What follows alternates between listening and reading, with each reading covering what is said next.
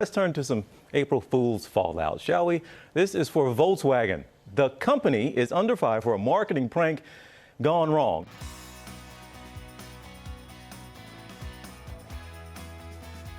Number 10. A really distracting fake UFO. Virgin Group. Branson and crew, a crew of 5 others, rewarded for their pioneering spirit 4 minutes of weightless joy in space. Before billionaire Richard Branson got serious about going to space, his company decided to give civilians a taste of what might be amongst the stars. In 1986, Virgin Group made a hot air balloon look like a UFO and flew it over London. The trick was so convincing that drivers stopped and many notified the police that a potential invasion was imminent.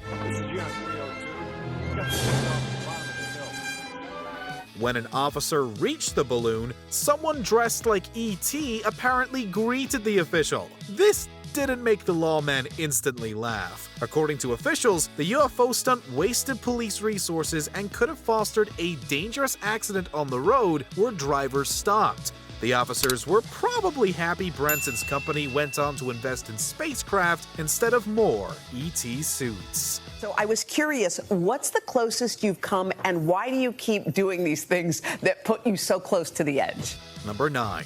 A Hummer giveaway becomes a bummer. KBDS-FM Radio. It's better be good. I'm a busy man. You just spent 30 minutes trying to win a radio contest. For my wife. It's pretty common for radio stations to give away big prizes for simple contests. So, a woman named Shannon Castillo believes that KBDS-FM Radio, aka Play 103.9, was giving away a Hummer. You say you do just about anything to get your hands on one? Yes.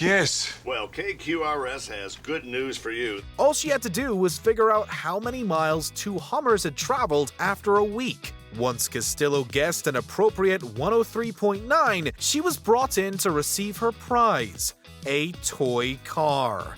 The pranked listener didn't let the radio station off the hook and sued them for around $60,000. Although there's no indication that Castillo won the lawsuit, we think the radio station learned the potential cost of a misleading contest. You see, what we have here is a gift certificate. Number 8. Reviving a meme too soon. Lucid Mattress. An innovation in sleep technology so dank, we have nothing else to say. In 2016, news spread that a gorilla named Harambe had been fatally shot after a boy fell into the animal's enclosure. While the incident provoked a wide range of reactions, no one could have predicted that this tragic event would inspire a bed. A company called Lucid Mattress decided to advertise the Haram bed just in time for April Fool's Day in 2017. Expertly handcrafted from 100% authentic faux fur. Designed from the very beginning with your comfort in mind. They offered the chance to lie on a bed with realistic fur and big arms. Although this uncomfortably realistic bed had a few fans, others found it to be completely tasteless. While it was popular to make memes of Harambe at the time, the company might have released this joke product too soon after the gorilla's sad demise. The bed of your memes. Number 7. Fake news about an alien invasion.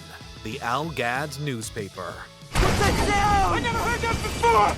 A print outlet decided that aliens would make the perfect April Fool's Day joke in 2010. So, they issued a paper with a cover story that claimed extraterrestrials landed near the town of Jaffa.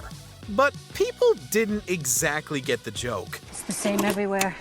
Once the tripods start to move, no more news comes out of that area. Not only were security officials sent to investigate possible visitors, but the city was nearly completely evacuated. Fortunately, the ruse was exposed before life in the town was seriously disrupted any further. The paper narrowly managed to avoid getting sued by the mayor for the big prank. After this incident, they could definitely report on how seriously people take news about aliens. That's too bad. It would have been a really great story. Number 6. A punny and unfunny name change. Volkswagen. The first rule of a good April Fool's prank is to make sure that the joke isn't on you, and unfortunately, Volkswagen has learned that the hard way. After Volkswagen got into hot water for tricking officials into thinking certain cars met environmental standards, you'd think they'd take it easy on pranks. Yet, they attempted to win consumers over with another joke in 2021. News started spreading in March that the company would change its name from Volkswagen to Volkswagen because it was leaning into more electric cars. Earlier this week, the U.S. subsidiary of the car company announcing it was changing its name from Volkswagen to Volkswagen. Soon after outlets started buzzing about this change, the company let everyone know it was a big hoax. While several journalists became outraged at the ruse, the company faced threats that an investigation might be started to see if the deceptive name change was illegal. The backlash the company faced might keep them out of the race for best prank on future April Fool's Days. Guys, I hope that the jokes keep coming, but that they're executed a little bit better in the future. Number 5. Joking about the apocalypse. Franklin Institute Science Museum. Madam President, this comet is what we call a planet killer. That is correct. Most people would at least double-check Twitter if someone said the world was ending within a day. Unfortunately, this wasn't an option for a prank that occurred pre-internet back in 1940. Public relations agent William Castellini aimed to both celebrate April Fool's Day and promote a lecture at the Franklin Institute Science Museum with a scary announcement. He gave a nearby radio station a release letting the public know the world was done for in less than 24 hours. I'm sorry, are we not being clear? We're trying to tell you that the entire planet is about to be destroyed. After angry citizens and emergency services learned that it was all a hoax, Castellini took a lot of heat. While the world didn't end that day, the PR agent's job at the Franklin Institute was soon terminated.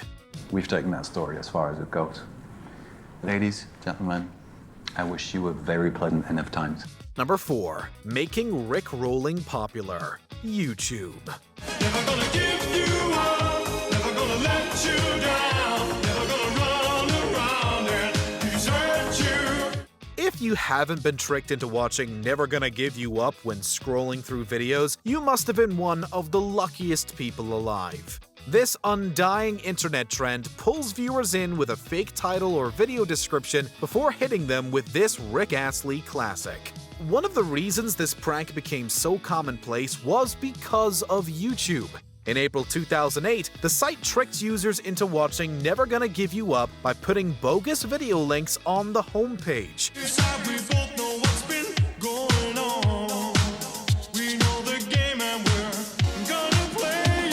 Although the joke was funny for a moment, it got obnoxious and old pretty quickly. We might never be safe from Rick Astley's signature track thanks to one YouTube prank. Never gonna give you up, never gonna let you down, never gonna run around and desert you. Number 3. A twisted and false vote. Greater Manchester Police Department of Radcliffe. If I'll say you've served 40 years of a life sentence, you feel you've been rehabilitated? Rehabilitated?